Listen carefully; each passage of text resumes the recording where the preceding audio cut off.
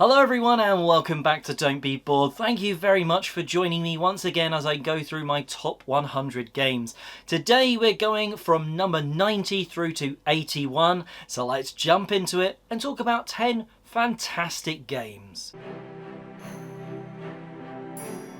Number 90 is a brand new to the list game, and this is because a previous iteration of it fell off because I've removed a lot of the legacy style games from my list.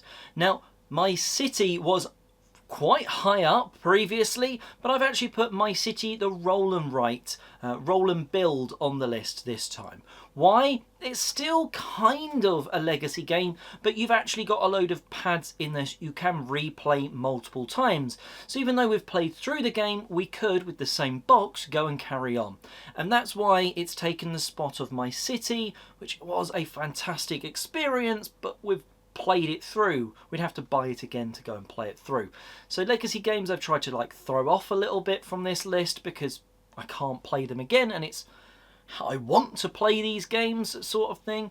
And My City roll and build doesn't quite reach the heights of My City, but it's still a cool experience as you're rolling these dice and it's giving you a sort of shape that you're trying to and type that you're trying to add to your map via almost like a Tetris piece that it builds from the two dice. And you're doing that still trying to sort of put big areas of one type of building together for points, or not leave gaps, not cover trees up, cover rocks up and that sort of stuff. There's some light sort of legacy stuff. A few of the games, once you've done one, something will affect the next sheet, not as much as I'd like, which is why it's quite high up in the 100, like in the top 100 in terms of it's in number 90. But I'd still recommend playing it, certainly if you enjoyed My City. A really fun one, and again we will have the opportunity to play it through again by owning the one box. We don't need to go and rebuy it to play again. So that's why it's knocked My City off the list, because that was legacy, but it's not quite as good, so it's lower down. Number 89 is a game that came out a few years ago, but I didn't get into the hype of it at that point, and this is L.L.A.M.A. All caps and dots in the middle, but Llama. Now, the reason I originally didn't play this game was it looked like it was just a family-friendly card game, and I thought, okay, it's winning those sort of awards. At that point in time, I had a few games that fit sort of in that area, but now I'm looking for lighter games and enjoying quicker plays and stuff. I was like, you know what, let's give it a go, and I should have picked it up a long time ago. This is a super great game of, you have like 20 minutes and a few people that just want a quick light card game you can play. It's a fantastic one. In it, you're looking at your hand of cards. There's a pile in the middle. On your turn, you can play one card. It is either the same number as the one in the middle or one higher. And it goes 1, 2, 3, 4, 5, 6, 7 llama. Or maybe the llama is the 7. But either way, it does that and then loops back round. So if it's a llama, you can play a llama card, or you can play a 1 to start the loop going back up again. On your turn, if you can't go, you can draw from the top. At any point, you can choose to drop out. Why might you drop out? Well, if you drop out, you're not drawing any more cards, and at the end of the round, for each unique numbered card, that's how many points you're scoring. So if you've got 3 4s, it's only worth 4 points. Points in this case are bad. You don't want points for a change. So if you have like a hand of all 3s, you might drop out and be like, I'm only going to score 3 points. It could be worse. Because if you end a round with a llama in your hand, that's worth 10 points. And as soon as someone's hit a certain number of points, the game ends, and whoever has the least wins. Like a golf score sort of thing. Super quick, super easy to teach, super fun to play. Llama is a definite one you should be looking to pick up for that light-hearted, fillery card game experience. 3 games into this chunk of 10, and it's 3 new games, but a little bit like with My City Roll 'em Right, this is sort of another one where Camel Up was previously on the list, but now in my collection is Camel Up 2. Now, there's some issues. I don't like the palm tree that pops up because it gets a bit tatty after a while on the board, but Camel Up 2 not only have you got this fun camel race that's going on and you're betting like, oh, this round I think the blue camel is going to be furthest, and then it gets moved backwards a little bit, and then the red one jumps over it and then is taken on further because they stack up, and it's landed on the white one, which then moves further. You get this comedic sort of race that's going on, these camels stumbling over each other, stacking up, camel cup, whatever you want to call it. And you're doing this, but in this version, the second edition, there's these two camels that go the opposite way around the track, which helps some go backwards. So just when you think the yellow camel is in the lead, it's sat on top of the black camel, which moves it backwards, or the white camel that then moves it backwards further. And it's just good fun. You've got this betting of which one you think, and you can try and you know, go early, and that will be a big win, but maybe lose you something if you're wrong. Just a very cool, family-friendly betting sort of experience that puts a fun spin on like a horse-camel race. It's not super serious, let's put it that way, but Camel Up, second edition, is good fun, to be honest. The first edition, also a banger, and that was on the previous list, so this is new, but not new. Number 87 on the list is Isle of Cats.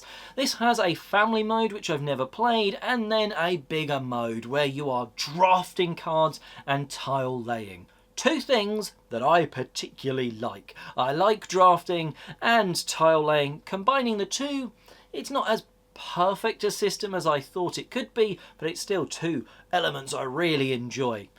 Yes, you get times where your cat is going through the wall of your ship because it's got different rooms, and well, you can just place it in that direction. But you are trying to cover these rats up, trying to completely cover rooms up, because that's going to score you points at the end of the game. Have big regions of these blue cats or these orange cats and stuff like that, and then treasures to fill the gaps as you've filled your boat trying to save them from the Isle of Cats. It's a fun one, like I say. I like that drafting element and the tile placement, but it's just maybe because it's got those two elements, it's a lot to teach brand new players. And at the moment, I'm playing with people that aren't full-on gamers all the time. I'm looking for shorter experiences, so it's maybe a little bit harder for me to get Isle of Cats to the table. So it hasn't got to the table as much recently, but still a fantastically cool game. Cats, polyominoes, drafting. What more do you want? You'll notice as we go through this list, I have a sort of love of two-player sort of games. There's certainly a lot of them on the list, and Hanamikoji is one that's definitely been stuck around in my collection and enjoyed for a number of years now. Now, I know there's an expansion and a newer version with a slightly different theme. I believe it plays the same, but Hanamikoji is the one that I've got in the collection. And this is a two-player game where you're effectively trying to gain the favour or gain control of these geishas. You're trying to get their attention, basically, by playing the cards to gain their attention. Now, how you do this is really interesting, because often on your turn, it's not just, I get to put these cards down. It's often something like, right, I'm going to give my opponent a choice. Do you want this card or this card?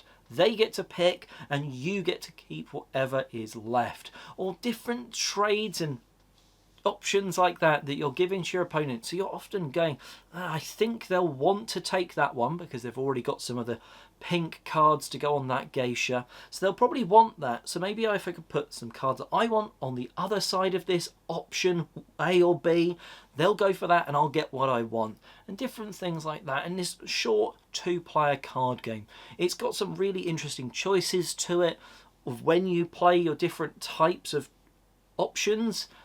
Definitely give this one a go because it's short, looks really cool, like nice artwork. Maybe the newer edition is easier to get hold of or to play at a convention or whatever, but definitely I'd recommend giving Hanamikoji a go. It's in my top 100 after all. Kingdomino is a great tile placement game, but it's still fallen 26 spaces down from last time I did my list. And I think that's just because there's other cool games out there that I would play as well as. Not necessarily instead of, but as well as. And that's when a game doesn't hit the table as much, because this time we'll play that, next time we'll play this. And that's sort of where Kingdomino has fallen. Its tile placement, I have a lot of them in the collection because I really like that sort of game. And this is definitely a lighter sort of one of them. You are doing this cool choice though of, right, on my turn I can choose from this market of tiles that are put in a specific order. If I go for the sort of the one towards the top, it's normally not as good. It doesn't have as many crowns, which are the multiplication for my scoring. But if I go higher up on this market, I'll go sort of earlier in the next round when it comes to choosing. So do you go for one that you think, oh, that will help me score points, or do you go for, I want earlier choice next round? And that's a really cool mechanic that actually, once you've played 1 or 2 rounds of, everyone fully understands, and is then just building out their 5x5 or 7x7 grid of these domino-like tiles. It's nice, quick, easy, bright, and like visualization on the table of your grid is quite easy to do with these domino pieces, and it's just a very pleasant, quick to play game. And again, like a lot of these games, now I'm talking about it, I want to get it off the shelf and play. Number 84 is The Crew Mission Deep Sea. Now this had previously, last time I'd done the list, knocked off the original Quest for Planet 9 because this newer version of The Crew is a more streamlined version. It's easier to teach, but for me, ticks every box that you want from The Crew, which is this sort of cooperative trick-taking game. And it might be, I have this like objective is I need to win a certain card when it goes into a trick. I need to win like the blue 5. Everyone knows that, and maybe someone else needs to win the second trick of the game. So we have to really play our cards right. Like I say, oh, they need to win this trick, so maybe I just play a 1 that I've got and hope they have a card of that colour that's quite high, because you can't communicate that sort of stuff. You can just be like, this is my objective. It doesn't work with less than 3 players. There isn't a mode to play with 2 and a dummy player. Forget that. Which is why it's maybe not higher on the list, but it is a really good cooperative trick-taking game when you've got 3 or 4 players. And the new version, or the second version, that Mission Deep Sea, just takes everything from the original that I liked and made it easier to teach, to play, and it's the version that I have in the collection. I sold the original, The Crew, for, well, when I got the second one, and I kept that. That's sort of what I'd recommend, getting that second one straight away though. It's a lot of fun if you like cooperative games. Number 83 is another 2-player game on the list, and it is Jaipur. Now, what I really like about this one is something that isn't intentionally necessarily in the game, and that's between the rounds you can actually pause it, which is really helpful when you have kids. It means you can play a very short, quick round, and it's effectively a best of 3 scenario. And if you need to, you've played one round, one player will have got you've won a round chip sort of thing. You can pause there and come back in 10 minutes, 20 minutes, whatever, and play the next round and just go again. You're sort of set collecting in your hand these cards. Sometimes it's like, I've got these cards, I just want to play them because that's useful to me. It's going to get me these tokens that are scoring me points. Other times it's, if I hold on, I could get 4 of these, and not only would I get 4 of that coloured token, so like 4 gold tokens, I'd also get a set of 4 token thrown in, so there's like an extra bonus. So it's like, do I go for sets to try and get big points and the bonus of selling a big set, or do I just quickly sell a number of them and grab stuff? There's also camels which you can accumulate. They don't go in your hand, but when you want to swap from the middle market, you can just replace as many of them as you want basically with camels. though. Whoever's got the most camels at the end of a round gets bonus points as well, so there's something in there to keep your eye on. It's just a really cool two-player card game. When you're half set collecting, half just watching what's in the market, trying to turn them in at the right time for points at the end of the round. Do you go for sets? Do you go for the cheap ones, that there's more cards in the deck rather than the expensive ones, which are fewer and far between in the deck, but if you can get them, big points, all that sort of goodness. It's a really cool game. That's Jaipur. Number 82 for me is a game that I think will zoom up the leaderboard, up the top 100 as it gets more plays. But Heat Pedal to the Metal only recently entered the collection. A couple of months ago did I get the chance to first play it and get a number of games in to review it. And you know, each time I played it, the experience got better and better. But what a game. I was worried when I got this though. A couple of years ago it came out, it had so much hype, it was sold out. Hype when it came back into stock. When I finally got my hands on this game, I was like, oh, all right, please be at least partially as good as people are making out. And well, it turns out it's a pretty fun game. It really does feel to me like other games do racing, and there'll be some other racing games on this list, but this one feels like you are behind the wheel, because not only are you driving around the track slipstreaming and almost feeling like Formula One goodness sort of thing on these different tracks, of which there's 4 included in the box. Awesome amount of content in the box just straight out, and there's an expansion which I've not even got yet. And then it's like there's a lot of things you can do, like on your turn. Do you risk boosting? Do you risk going up to 4th gear? Do you have enough heat in your engine if you plough round this next corner? Is that the right time? Are you just pulling ahead but your opponents are going to be able to catch you up, and then you've not got the heat to spend to get across that finish line first? It feels like you're making those choices about your car. And I think other racing games, it doesn't feel necessarily like you're behind the wheel. It doesn't feel like you're driving, but it feels like you're making the choices about your car. Not all other games capture that. So I've really enjoyed Heat, and I can only see this one going higher. It's just not enough plays to keep it being pushed up at the moment, though.